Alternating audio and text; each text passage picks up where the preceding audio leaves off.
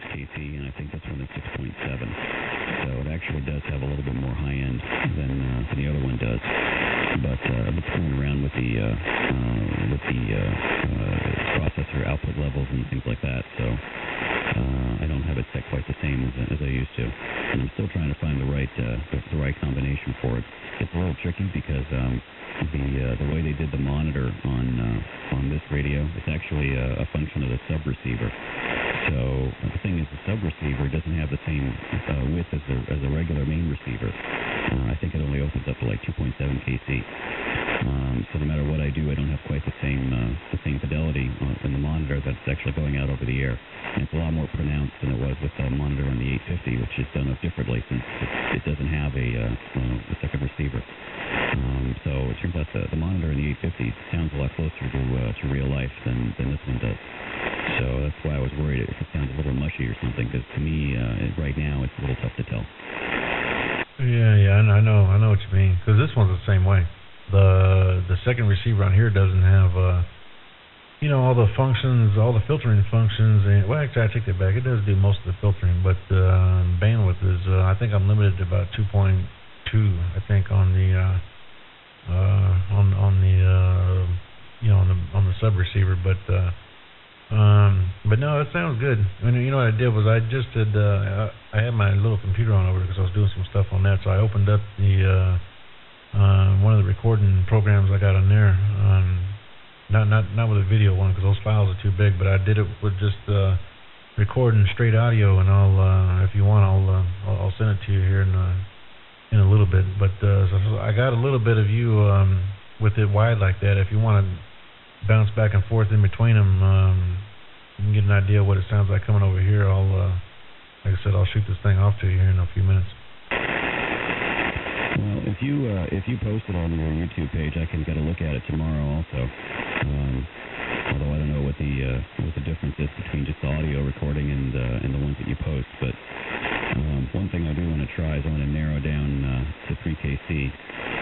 So let me see here. That's the high end chopped down, and that's the low end chopped up. So that's 100 hertz at the low end as the cutoff, and then at the top end it's 3100 hertz. So that's exactly 3 kc, and that's where I usually set it when I talk on the other bands. Although I also tend to drop the bass back a little bit because I think having it set this way right now, it may not exactly sound that great.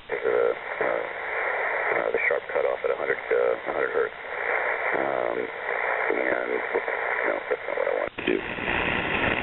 That's back open at the low end again, and that's opened all the way up at the high end right now. So that's back all the way out to 6.7. Oh yeah, that's good.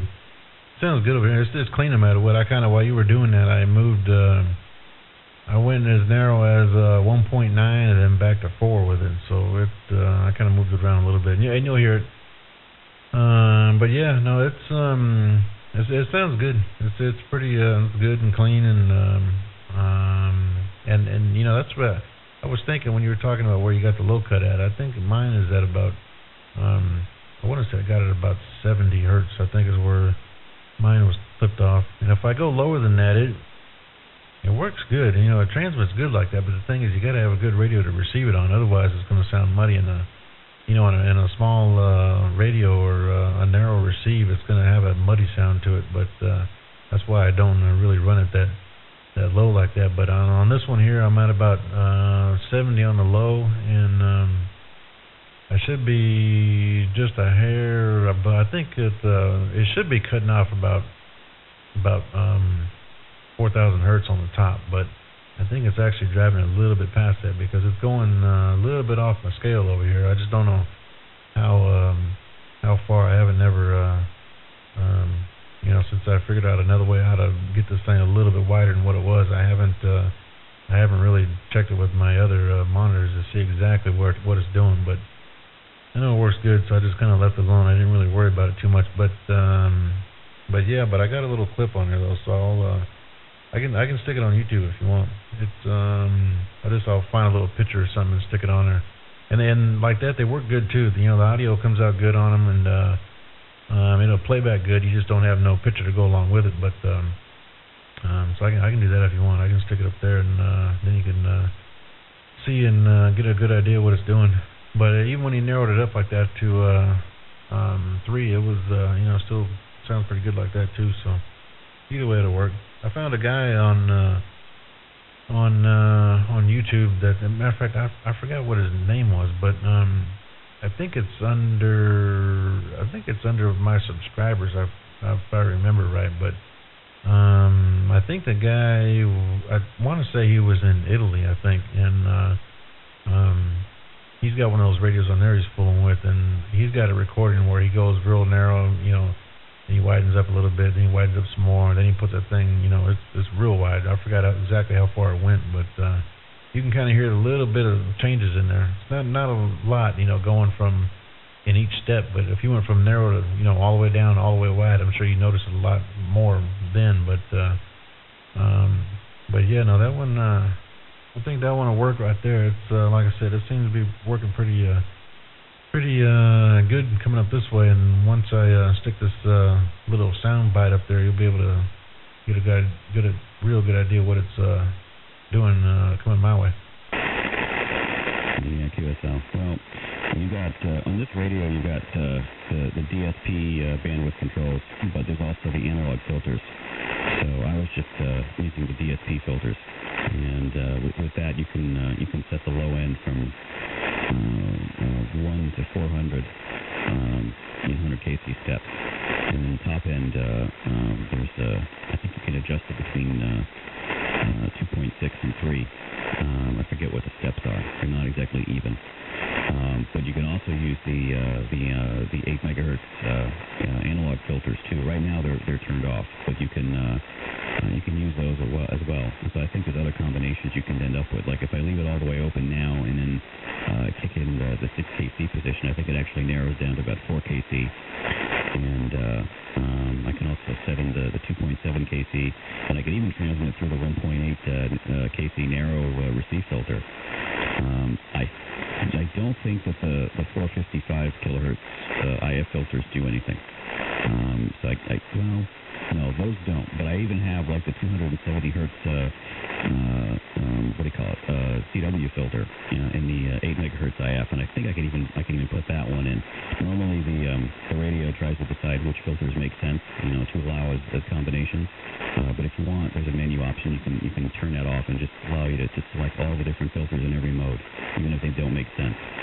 So if I want to, I can actually narrow down the bandwidth all the way to 270 hertz, which is probably totally indecipherable. But let me see. That's 6. That's 2.7. That's 1.8. And me.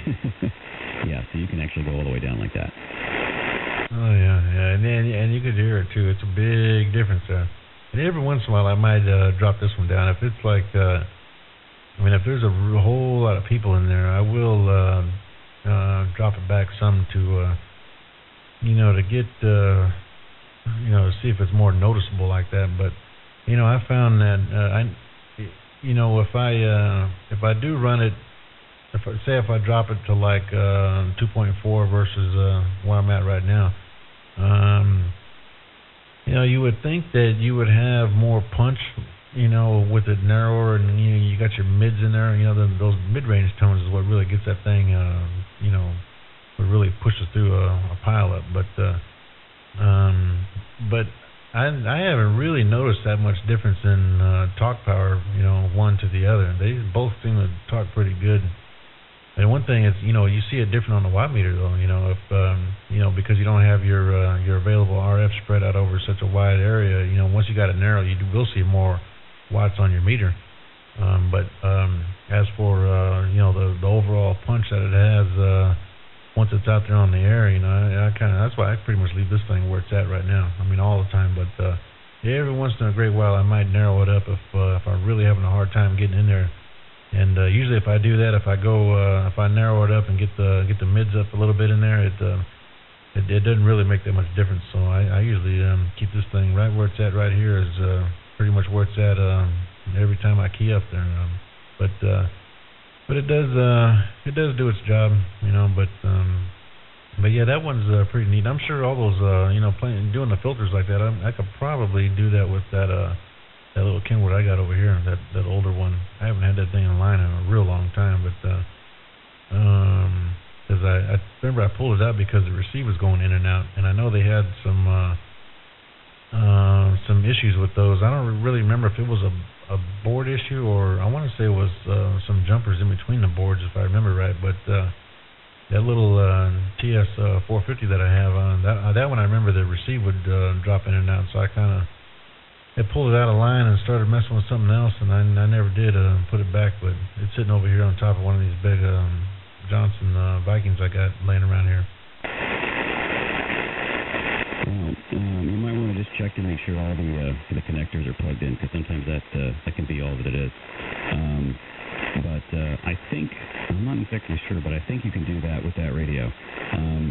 One of the reasons that they let you select the filters on transmit is, I think for one of the calibration steps, if you want to set the carrier point, they, at least I think for the 850 and the 950, if I remember right from the service manual, you're supposed to shift the filtering and then check the carrier point setting in more than one position. And so to do that, you need to be able to change the filtering in transmit, which normally you can't. Typically, the factory reset configuration is that it always uses the same filtering options for transmit, and you can only change them on receive. But there's a power on menu where you can change that. You can allow it to set the filters on transmit too. And I think that one of the reasons they do that is just so that when you calibrate the radio, you can change the filtering when you're setting the carrier point. So I believe you can do that. It's not as flexible as the 850. I don't think that if you have the DSP unit for it, that you can actually do the same hi-fi audio that you can with the 850. But I think you can actually set the analog filters on transmit. And I was going to say, the place where I got the service manual for the 950 SDX was a place called partstore.com. And they apparently they're just a parts procurement place. They don't really keep much stuff themselves. They just go out and find it from other warehouses, and they tack on their own charge for getting you the parts. And I think they ended up finding this from a company called HermanElectronics.com, which is in Florida. And I actually went to their website and I checked it out. You can put in the part numbers for various things, and it'll tell you right there if they have it. So I could tell that they added on some extra money because I saw the price that Herman Electronics had the manual for, and then I saw what I paid, and I could see that there was a bit of a markup. And they claim to have some of the individual boards for the 950 SDX, at least a few of them. I actually checked. They even have the PLL unit, which is I think they want like $300 for it, which is kind of expensive. But then you got to figure the radio wasn't cheap in the first place, and those things are really hard to find. So they can pretty much get whatever they want to ask for them. I know that partstore.com, they even had the power amplifier unit for the 950 SDX, and I think they wanted something like $800 for that. But that also has the MRF 150 MOSFETs on them, which are kind of expensive too. So some of that stuff apparently is still out there, sitting on shelves. So you just got to know how to look for it, and it's important to know exactly what the part numbers are for the thing that you want. If you know that, you can punch it in and you can usually find it for you. If you don't, you can waste a lot of time searching because the descriptions that they have for the things don't always match exactly what they are. I know that in partstore.com, when I was checking, one of the units you can look up is the DSP unit, and in a 950, it turns out that the DSP is in this little enclosure, which is on the bottom cover of the radio.